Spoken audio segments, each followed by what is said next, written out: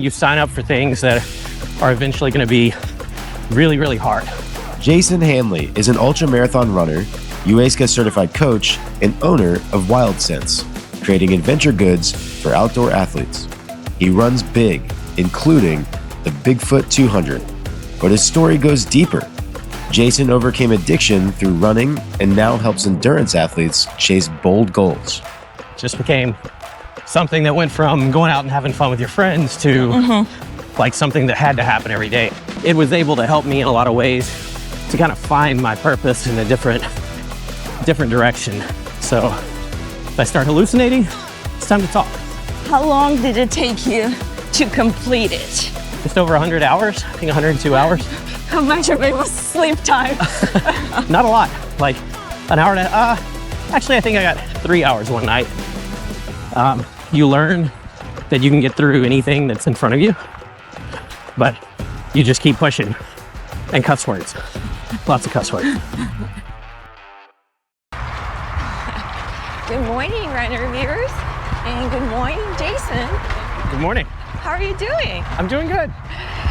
Jason, you are very known within the ultra community, but for people who don't know you, can you tell us who Jason Hanley is in a sentence? I am kind of a passionate ultra runner that does a lot of things in a lot of different areas of the sport, from helping host the Houston area trail runners to owning Wildsense, to even helping out with trail races throughout the state. That's awesome. And we'll hit all those areas. What's something about you that most people are surprised to learn? It's a good one. I would say maybe about my sobriety journey. Okay. Well, let's start with that. So, what was the season of your life when that addiction entered the picture?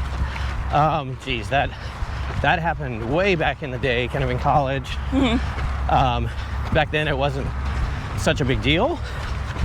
And then as time went on, it just became something that went from going out and having fun with your friends to like something that had to happen every day. I had to drink like every day. So then that, as time went on, just became something that I couldn't seem to control anymore. And eventually I had to deal with and find my path to sobriety, and kind of running played a small part in that.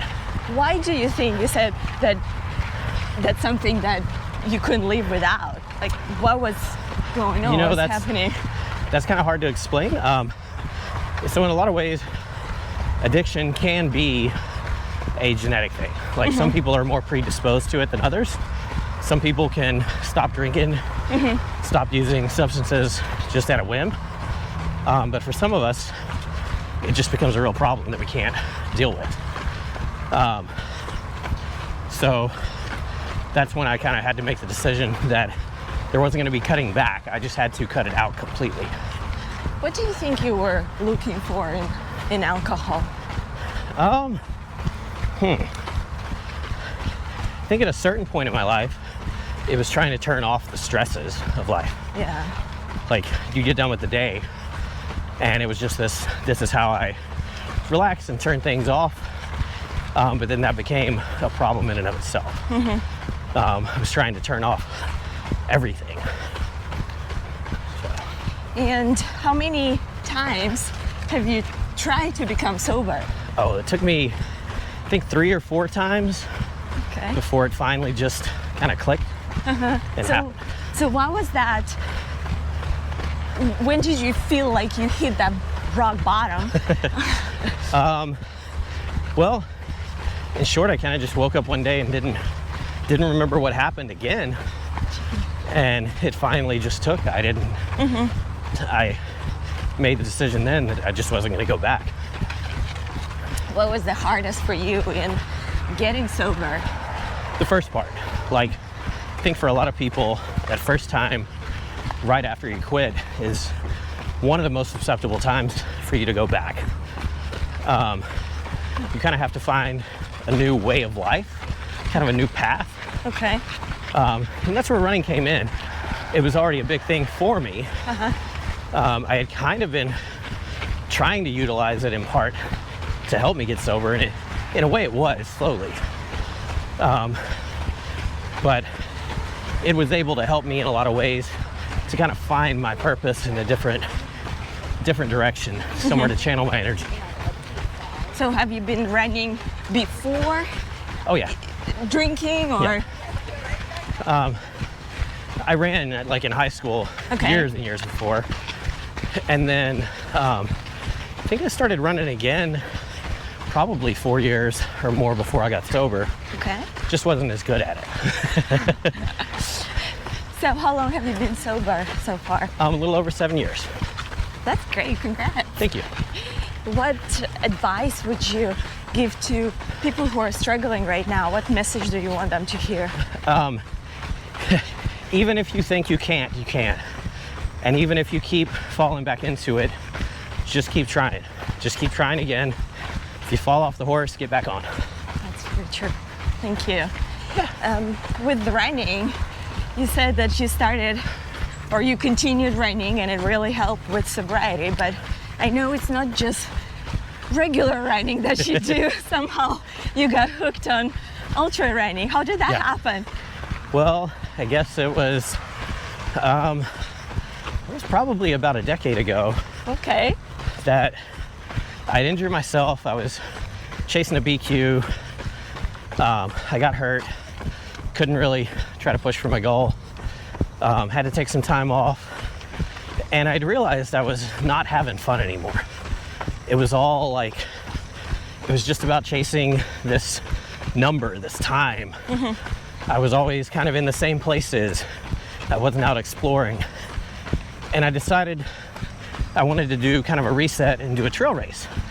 I had been introduced to trails back in high school, like once.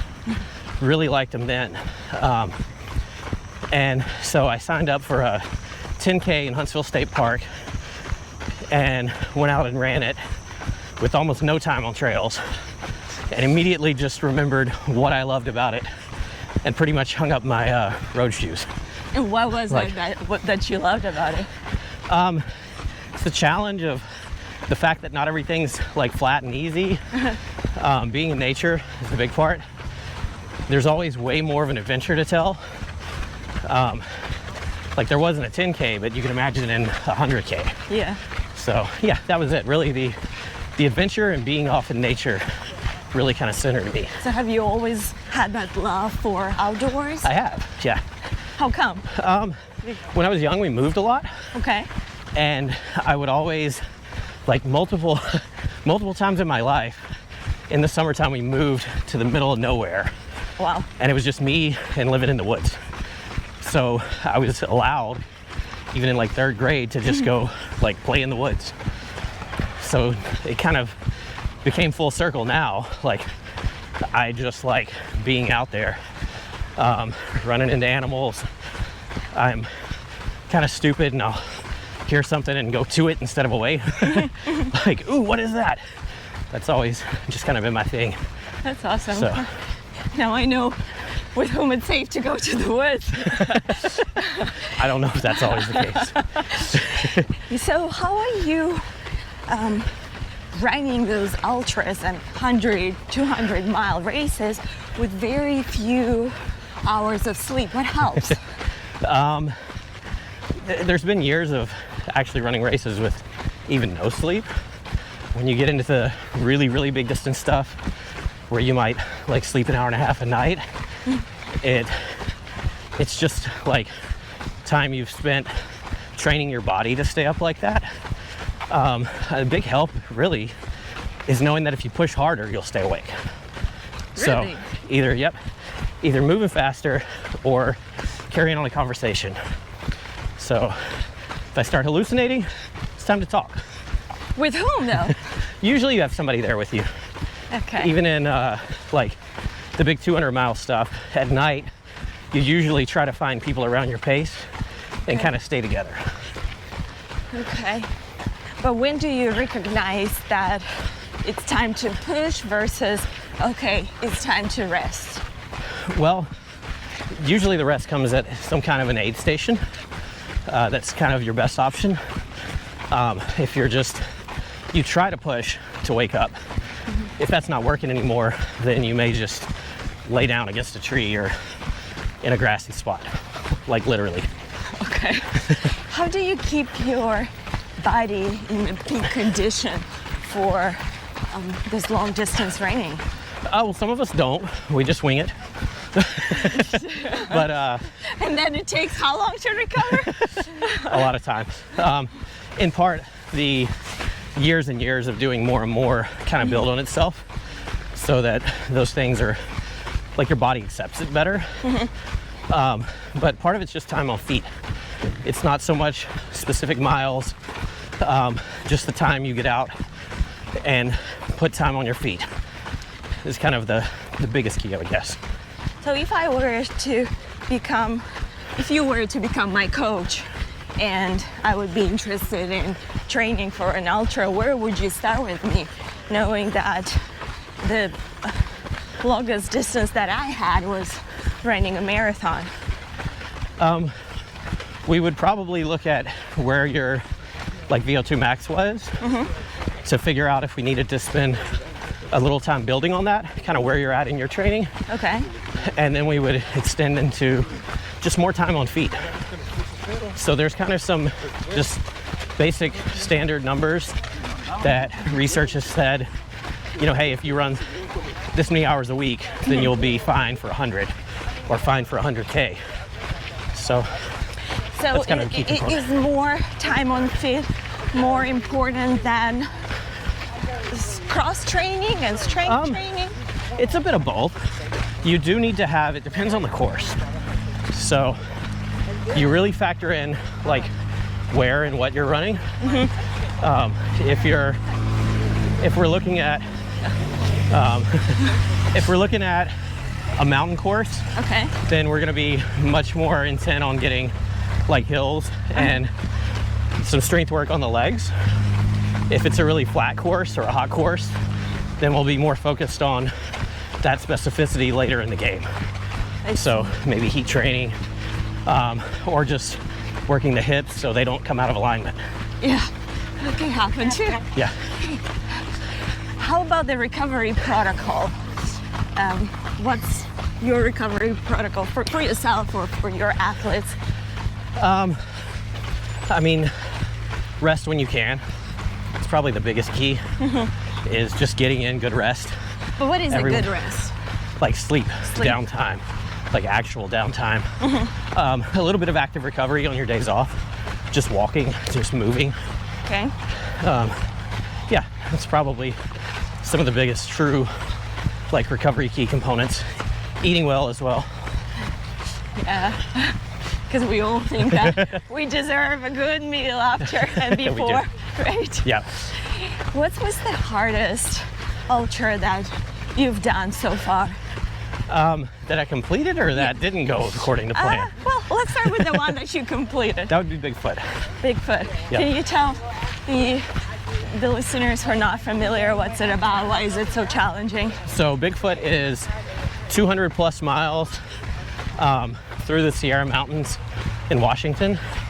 You start climbing up the side of Mount St. Helens. You go over boulder fields where it blew up back in the 80s.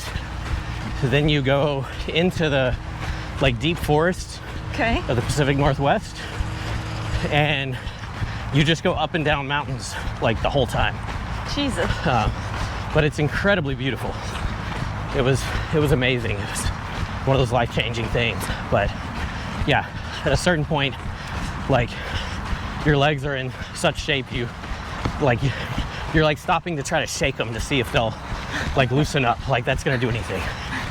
How far in advance have you started training? That was about 6 months. How long did it take you to complete it? It took me just over 100 hours, I think 102 hours. How much of it was sleep time? Not a lot, like an hour and actually I think I got 3 hours one night. Seriously? Yeah, that was the long sleep. Usually I'd shoot for about 2 hours, maybe an hour and a half. So you would go, I mean, at some point you'll start hallucinating. You can. I actually didn't in that one. Okay, wow. I think I rested pretty well at the right times. So there was a whole lot to that. And then I also went and like watched these other races. So I kind of had in my mind exactly what I needed to do each day. So by having like the mental game prepared right, I seemed to have known when I was gonna rest. Okay. And I was able to really tell my body, you just have to get to this next aid station, then you can sleep. In terms of packing for the race, how many pairs of shoes did you have to bring, socks? Well, not counting recovery slides and like shoes that weren't for the race. I think I had 4 race shoes. Your feet swell enough that your shoe size goes up. So I had shoes that were a whole size bigger than what I wear. And we still like have those, to use those at other races, to just keep bringing them forward. Wow, like so next year. So you would have, I don't know, size 9 wearing, and then you would pack size 10. As well as you had 9.5 for the middle. Yep. Gee, I didn't know that. And did you have to carry all that? Or I did have a crew. Okay. Oh, that's So they had a vehicle where they would meet me every so often when they could, when it was accessible, which wasn't as often as you would think. So I had a pack that had a lot of required gear, including cold weather gear, okay. extra hydration. We filtered water along the way. And yeah, a lot of like rain gear, cold weather gear, emergency gear, and a lot of it got used. That's awesome. You've done a bunch of tough trails. What's the hardest moment that you had, and how did you push through that? Like the hardest that I've, You felt like maybe, okay, I cannot do it. You have, those angel and demon talking. well, I'm trying to think in of your like head. which one, which time. I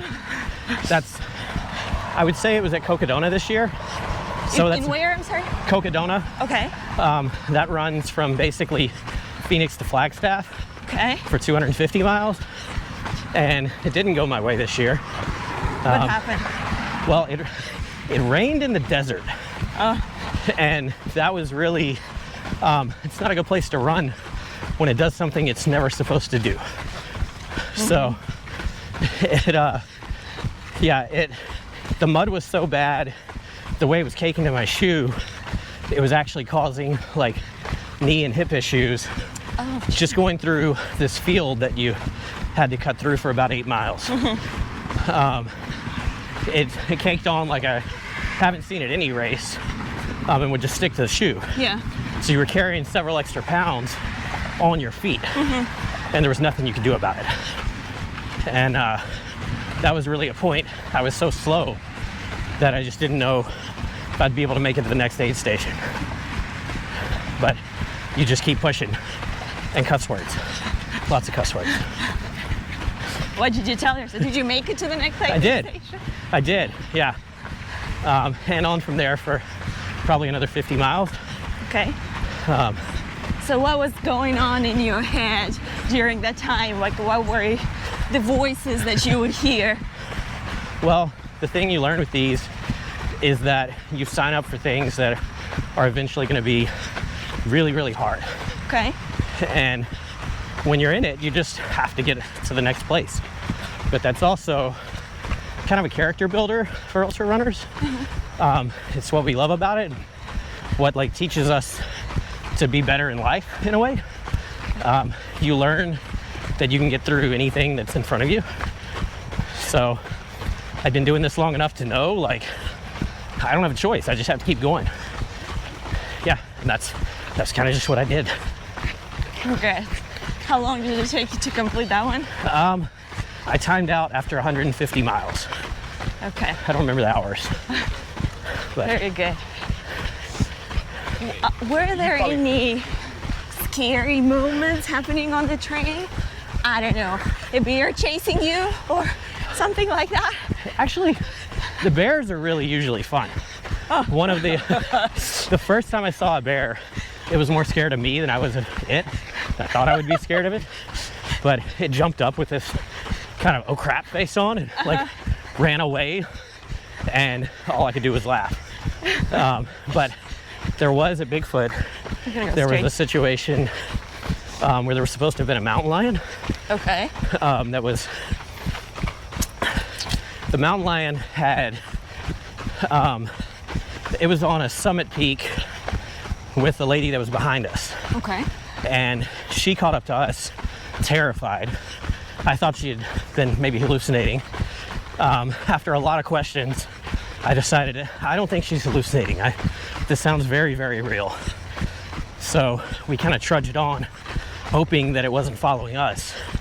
And then I think it was last year, I talked to someone that was behind us that said they were getting tracked by a mountain lion. Jeez. So supposedly, like, again, that could be some paranoia. It's hard to know. But yeah, stuff kind of happens, but that's part of the adventure in a way, is you want to do something so big it's scary. And you know, sometimes it's the animals out there that can bring that a little bit. Not often though, very rarely. What's your favorite memory from the trail? I hate to keep going back to the same event, but well, I've got two of them, both with my wife, out on long 200-mile races. One, we held hands in the desert in Moab. Anytime she would take a break from running, that was really cool. That was her break, was to get to hold hands and walk together. And then the other was with her on top of Pompeii Peak at Bigfoot, and it was the last summit before the race, like you finish the last of the race. We got up there and the photographer pointed out to us all the regional volcanoes. Okay. So you could see everything from up there, all the big ones. And she pointed out Mount St. Helens, where we started, 178 miles away basically. And it was really humbling. And we just sat on the summit for a minute, and the photographer took our picture, and it's hands down my favorite picture of us ever. Really cool moment. I'm happy to hear that. Yeah. And you're a big part of the trail running community, you and your wife. Yeah. Both. What are the running clubs that shaped your journey? Well, primarily here, it's the Houston area trail runners, the haters. These guys. We actually met, my wife and I, running with them before the pandemic. Okay. During the pandemic, it kind of shut down, and everyone was kind of hesitant to be the person that was going to spend the time to restart it. So then eventually, Kathleen and I decided we would, with the help of a couple friends. Okay. So there were enough of us to spread around the work. And now we've grown that into kind of a weekly run. Well, twice really. So we have a Sunday run that's just trails here in Memorial Park, like a mile from where we're at now at most. And then also we do a Thursday hill workout that I started. But that organization really shaped, I think, both of us in a lot of ways. You should check it out. Yeah, absolutely. Sundays and Thursdays. Yay! Find it on Insta. We'll take it, we'll tag it. What inspired you to start Wildsense? Sorry. It's okay. So I was really inspired to start our company when Kathleen and I just couldn't find a lot of the topical products that we used that seemed to be made with good ingredients. If they were natural, they didn't last. And if they did last, they had stuff in them we didn't feel good about putting on our body, soaking in on our derma. So we decided at that point we were gonna see what we could come up with. That's kind of how it started. What products, what range of products do you have right now? geez. So chafing products, that was our big one. Bug spray, all kinds of recovery stuff. And then biodegradable glitter has become all the rage. We're gonna use it for Houston Top, I hope. Good. What's the moment that you're the most proud of as a business owner? Well, there's been a few. And while like our products have been used in some really, really big things, I think those were humbling. But the ones I was most proud of were when like back of the pack people were struggling and they used our products and they actually accomplished like some really huge life goal. And they're at the finish line pretty much in tears. Oh. And I'm like, wow, we did like this tiny thing that made a difference in their like whole experience. Yeah. Kind of changed their life. And that's Absolutely. big to me. Do you think there are any similarities between training for an ultra and then growing the business? Oh yeah. It's kind of that never give up mentality, like the one where you just keep going. Okay. Things are gonna get really tough and you don't have a choice, but like you can give up, but in truth, you have to just keep trying. If you keep trying, keep putting in the work and the hours, then sooner or later, it starts to come together. At least in the early years, I would say. So what was the hardest moment for you in growing a small business? That's a good one. Maybe the challenging period that you remember. I mean, you know, starting out is just terrifying. There's a lot of exciting things later on, but just kind of taking the big jump of actually doing it, you know? Yeah. So, yeah, I would say that was probably the most terrifying part, was really launching it, putting your baby in the world, seeing what people thought. So far, so good, Jason. And I know being a business owner takes a lot of time. Training for ultra takes a lot of time too, and coaching. And then, by the way, wife also runs. Yeah, she's the good one. How are you guys managing the family life, growing business, supporting each other, training? What's the secret? You know, I would say that we have kind of tried to emulate some people that we've known here and there, with the fact that they'll continue on their running through their relationship and through their family. Okay. They commit themselves pretty completely to supporting each other to do that. And we do that as well. Like, we're always kind of pushing each other to do what we know that person wants to do. Because sometimes we'll step back and say, maybe I shouldn't do this now.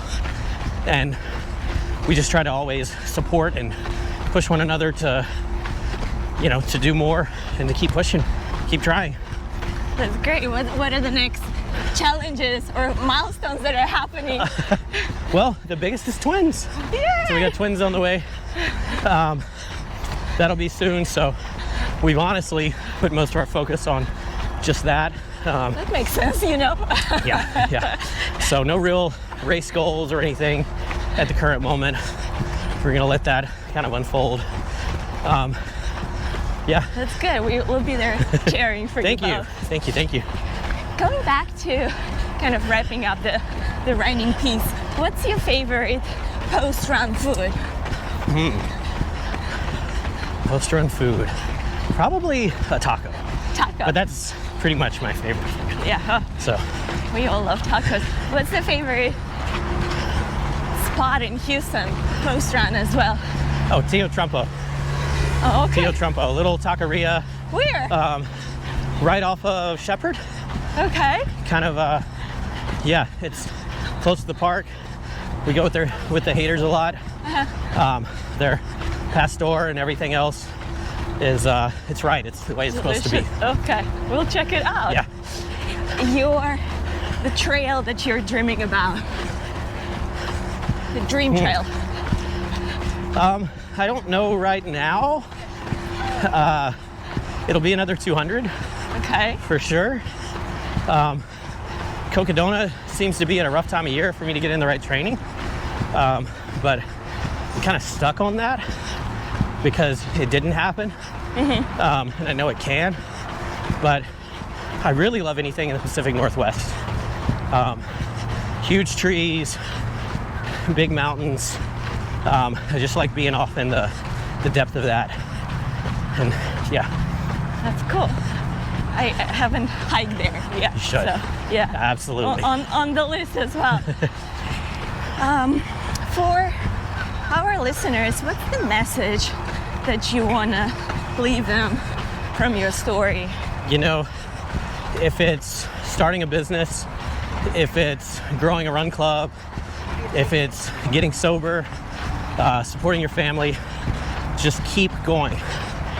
That's the biggest key in life for me. If it's even sobriety and struggling with it, just keep trying. If you keep plugging away, you'll figure it out. So in those moments where you decided that you want to keep going and then something happened and there is a setback, what would you tell yourself? Step back, reevaluate. Take a little time to not get too emotional about it. But reevaluate, figure out where the deficiency, if you want to call it that, was, and then try again. Very good.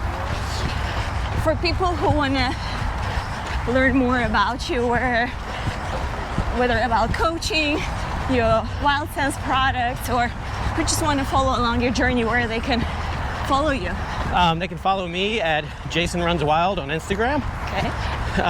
For coaching, you can look at hardloop.run, not com, hardloop.run, and you can find me there.